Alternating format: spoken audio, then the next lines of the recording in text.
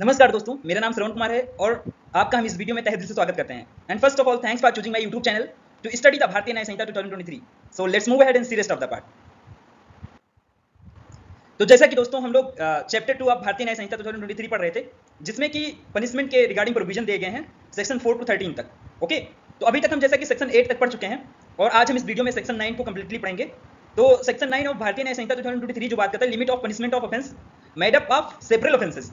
तो इसमें बताया गया कि मतलब एक ऐसा ऑफेंस, ठीक है, जो कई ऑफेंस से बना हुआ है, उसमें कितना लिमिट लगेगा पनिशमेंट का। मतलब क्या कई ऑफेंस से बना है तो सारे ऑफेंस का अलग अलग दिया जाएगा पनिशमेंट, या क्या कैसे। तो इसके रिगार्डिंग जो प्रोविजन दिए गए हैं वो सेक्शन 9 में दिए गए हैं। So now let's move ahead and see subsection 1 of section 9। तो जो सब सेक्शन 1 है वह कहता है कि जब कोई चीज मतलब क्या हो यहाँ पर, एनीथिंग का मतलब एक या ओमिशन ही होगा, ठीक है। तो जब कोई चीज जो कि एक ऑफेंस है और वह कई टुकड़ों से बना है, मतलब एक ऑफेंस कभी कभी दो एक्ट या दो ओमिशन से मिलकर बना होता है, तो कई टुकड़ों से बना हुआ है ओमिशन, ठीक है। और जिसमें से, ठीक है, जिसमें से पार्ट जो है, ठीक है, कोई पार्ट जैसे दो पार्ट से बना है, ठीक है, तो उसमें से एक पार्ट जो है वह खुद भी एक ऑफेंस है, ठीक है। तो मतलब कहीं ना कहीं जान लो दो एक्ट किया गया एक व्यक्ति के द्वारा, ठीक, जो कि एक ऑफेंस को बनाता है, ठीक है, दोनों एक्ट। और उसमें से एक एक्ट जो अगर दोनों एक्ट साथ में ना किया गया होते तब भी वो एक एक्ट जो था उसमें से वह खुद भी एक ऑफेंस था। तो इस केस में जो ऑफेंडर होगा, ऑफेंडर मतलब जिसने ऑफेंस कमिट किया है, वह पनिश नहीं किया जाएगा मोर देन एक ऑफेंस से। तो या तो फिर भाई उस सिंगल ऑफेंस के लिए जो मतलब क्या नाम है, उसने जो पार्ट्स ऑफ एक्ट किए थे, जैसे दो पार्ट्स में किए थे, ठीक है, तो दो पार्ट्स में से जो एक पार्ट ऑफेंस था उसके लिए पनिशमेंट दे दिया जाए, या फिर ये दोनों जो पार्ट्स हैं इनको मिला के जो ऑफेंस बनना है उसमें पनिशमेंट दे दिया जाए। ऐसा हो सकता है, और ऐसा नहीं हो सकता कि दोनों के लिए दिया जाए, ठीक है। तो ये चीज इसमें कहा गया है, लेकिन एक चीज, एक क्लॉज जोड़ा गया इसके एंड में कि unless it's so expressly provided. तो अगर ऐसा कहीं डायरेक्टली एक्सप्लिसिटली लिखा हुआ है हमारी भारतीय न्याय संहिता में किसी सेक्शन में, तो वहां पर हम दोनों में क्या नाम है पनिशमेंट देंगे। लेकिन जहां नहीं लिखा है वहां पर केवल एक ऑफेंस के लिए ही पनिशमेंट देंगे। इस चीज के बारे में सबसेक्शन 1 बात करता है। Okay, now let's move ahead and see subsection 2 of Bharatiya Nyaya संहिता। अब इसमें कहा गया है कि वेयर मतलब जब, जहां एनीथिंग मतलब कोई चीज मतलब यहाँ एक या ओमिशन ही होगा, क्योंकि भाई यहाँ पर हम लोग पनिशमेंट के रिगार्डिंग पढ़ रहे हैं या भारतीय न्याय संहिता के रिगार्डिंग पढ़ रहे हैं, तो यहाँ एनीथिंग मतलब एक या ओमिशन।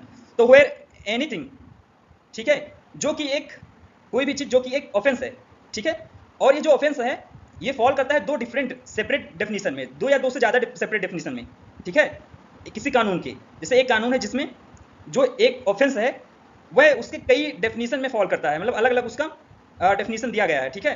मतलब कहने का मतलब जैसे कोई ऐसा एक कर दो या ओमिशन कर दो जो कि दो तीन डेफिनेशन में फिट बैठ रहा है, ठीक है, किसी कानून में, ठीक, जो कि अभी फोर्स में है। तो और इस कानून के द्वारा ऑफेंसेस जो होंगे वह डिफाइंड हैं या पनिश्ड हैं। और जो दूसरा क्लॉज भी है उसमें बताया गया है कि जब कई एक्ट मतलब कई सेवरल एक्ट्स जो हैं, ठीक है, जो कि एक या एक से ज्यादा एक्ट जो हैं, मतलब सेवरल एक्ट मतलब कई एक्ट में से जो एक या एक से ज्यादा एक्ट हैं वो खुद भी अपने आप में एक ऑफेंस हैं। और अगर इसमें एक या एक से ज्यादा एक्ट जो हैं ये जुड़ जाते हैं, ठीक है, कंबाइन हो जाते हैं, तो कंस्टिट्यूट करते हैं एक अन्य ऑफेंस, ठीक। मतलब कुछ ऑफेंस जो है खुद में भी ऑफेंस हैं, सॉरी कुछ एक्ट जो हैं वो खुद में भी ऑफेंस हैं, और ये जो सेवरल एक्ट्स हैं ये अगर जुड़ जाते हैं तो एक नया ऑफेंस बना देते हैं, ऐसा इसमें कहा गया है। तो इन दोनों कंडीशन में क्या है कि जो ऑफेंडर है, ठीक है, जिसने ऑफेंस कमिट किया है, इन दोनों केसेस में ए और बी, इन दोनों में जो ऑफेंडर है उसने जो ऑफेंस कमिट किया है वह पनिश नहीं होगा, ठीक है, with a more severe punishment than the court which tries him could award for any one of such offences. तो कहने का मतलब ये जो दो केसेस हैं, दोनों जो इसमें दिए गए हैं मतलब कंडीशंस, ठीक, या फैक्ट्स, तो इन दोनों फैक्ट्स में अगर जो ऑफेंडर है उसको ज्यादा सीवियर पनिशमेंट नहीं दिया जाएगा जितने के लिए जिस कोर्ट में यह ट्राई किया जा रहा था केस, उसके लिए वह कंपीटेंट है। अब चलो कोर्ट ए है, वह कंपीटेंट है, केवल जब वो कंबाइन हो जाते हैं तब ज्यादा बड़ा ऑफेंस बन जाता है तो उसके लिए वो नहीं दे पाएगा, और जब सिंगली वो है तो उनके लिए ऑफेंस मतलब वो पनिशमेंट दे सकता है। तो वे कंबाइन हो जाते हैं तब वो नहीं देगा, जब वो सिंगली है तभी दे देगा, क्योंकि इसमें डायरेक्टली लिखा है कि ऑफेंडर जो है वो पनिश नहीं होना चाहिए ज्यादा सीवियर ऑफेंस पनिशमेंट के द्वारा जो जिसको कोर्ट के द्वारा अवार्ड नहीं किया जा सकता, ठीक है। इस चीज को इसमें बात किया गया है। ओके, तो मुझे लगता है कि आपको समझ में आ गया होगा। Now let's move ahead and see some examples जिसके द्वारा हम इसको और ज्यादा क्लियरली समझेंगे। अब इस केस में क्या नाम है, इसमें इलस्ट्रेशन जो दिए गए हैं, इलस्ट्रेशन मतलब उदाहरण होता है। तो पहला इलस्ट्रेशन जो दिया है उसमें बताया गया कि ए एक व्यक्ति है जो जेड को, ठीक है, 50 डंडे मारता है, ठीक। और तो इससे क्या होगा कि यहां पर अगर देखा जाए तो ए के द्वारा उसने वॉलंटरली हर्ट कॉज किया है जेड को, ठीक है, दो तरीके से।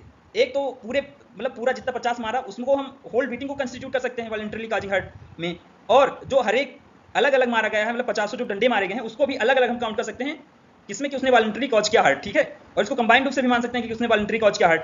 तो इसमें बताया अगर ऐसा हो कि उसको हम सिंगली काउंट करें तो इससे व्यक्ति को लगभग 50 ईयर का सजा हो जाएगा, ठीक है, फॉर ईच ब्लो। बट लेकिन इस केस में केवल क्या होगा, एक पनिशमेंट के लिए लाइबल होगा, ठीक है, but he is liable only to one punishment for the whole beating. तो कहने का मतलब ये है कि जैसे आपने मर्डर किया, समझ लो किसी को, मतलब चाकू मारा, एक चाकू मार के मार दिया, 3 चाकू मार के मारे, तो उसमें आपको केवल एक ही मर्डर के लिए पनिशमेंट होगा। सिमिलरली इसमें बताया गया कि मतलब आप किसी को 50 डंडा मारे हैं चाहे एक डंडा, लेकिन आपको जो सजा मिलेगी वो वॉलंटरी कॉजिंग हर्ट का ही मिलेगा, ये नहीं कि 50 डंडा मारा तो आपको 50 साल की सजा होगी। इस चीज को उसमें बताया गया है। तो मुझे लगता है कि आप समझ गए होंगे, जो उदाहरण भी है उसको हम समझते हैं। तो इसमें बताया गया कि लेकिन जब ए जेड को मार रहा था 50 डंडा, ठीक है, उसी टाइम वाई एक व्यक्ति था, वो आके इसमें इंटरफेयर कर देता है, मतलब रोकने की कोशिश करता है, जो भी करता है, और इस चीज को इसमें ए ने इंटेंशनली वाई को भी पीट दिया, ठीक है। तो जो वाई को पीटा तो वह तो डिफरेंट हो गया ना जेड को पीटने से, ठीक, और इस तरीके से ए ने वॉलंटरली कॉज किया हर्ट जेड को भी। तो जो ए होगा यहाँ पर लाइबल, वह दो पनिशमेंट के लिए लाइबल होगा, एक उसने जो वॉलंटरली जेड को हर्ट कॉज किया गया और दूसरा जो वाई को। तो यहाँ दोनों के लिए जो अलग अलग थे तो अलग अलग पनिशमेंट उसको दिया जाएगा। तो मुझे लगता है कि आपको ये जो सेक्शन 9 था वो बहुत अच्छे से समझ में आ गया होगा, और आपने अगर यहाँ तक वीडियो देखा तो मुझे लगता है कि आपको वीडियो भी पसंद आया होगा। तो इसी के साथ मिलते हैं नेक्स्ट वीडियो में, और मेरे वीडियो को लाइक करें, चैनल को सब्सक्राइब करें और नीडी फ्रेंड को ये वीडियो शेयर करें, ठीक है। And once again thanks for choosing my YouTube channel to study the Bharatiya Nyaya Sanhita 2023 and जय हिंद एंड टेक केयर, बाय।